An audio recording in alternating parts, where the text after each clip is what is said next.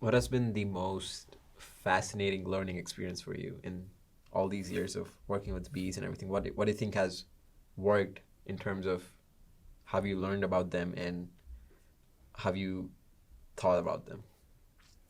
Ooh, that's a tough question. That's like asking you to say which child do you love more, right? So we love all our discoveries.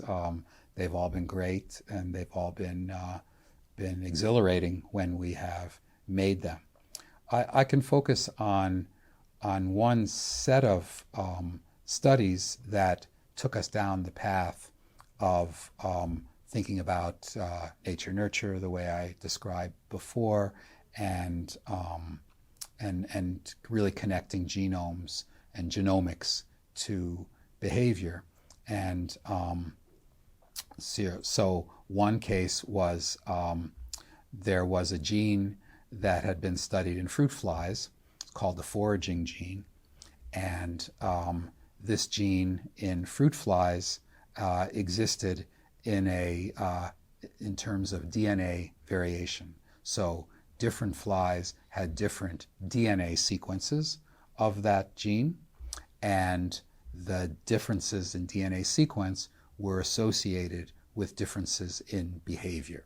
So this was a discovery made in the lab of Marla Sokolowski at the University of Toronto, and there were actually two distinct forms: sitters that were less active and rovers that were more active.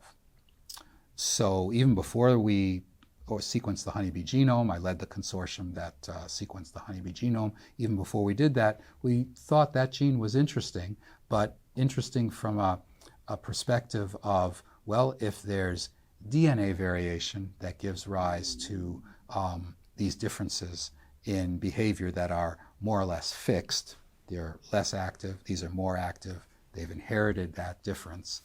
We wondered whether you could transpose that into the honeybee situation, because bees that work in the hive are less active than bees that go out and fly. Flying is the most energetically extensive and expensive form of activity.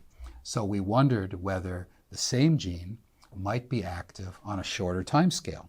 Rather than heritable differences, might there be differences in the maturation process? So when a bee is young, working in the hive, less active, it looks more sort of like the sitter form in flies in terms of its activity, not its sequence, but its activity. And then when the bee gets older and becomes a forager, whether the gene is more similar in activity to the rover.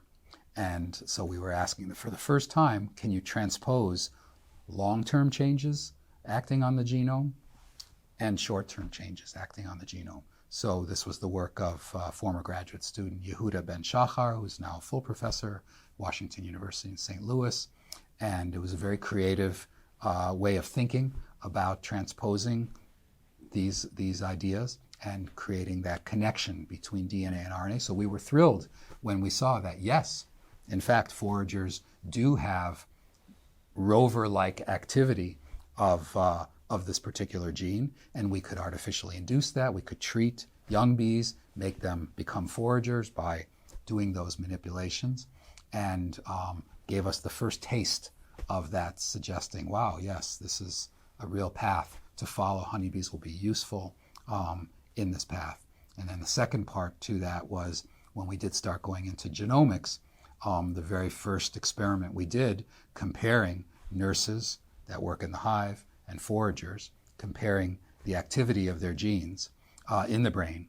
And we found, this is the work of Charlie Whitfield, a former postdoc in the lab, who was a professor here for a while also, that 40% of the genes, 40% of the genes show different levels of activity in a forager compared to a nurse bee, which is huge. And then if we remove foragers and made some of them grow up, we could induce the same patterns as if they were foragers in the young bees. So great plasticity, environmental influences. That really led to my formulating a subfield that we call sociogenomics, which emphasizes the dynamic nature of the genome, the bidirectionality, where you go from genes to behavior, but you also go from the environment to the genome, this, as we talked about before. So those were really very important discoveries that were made that really led to this new approach to understanding genes and behavior.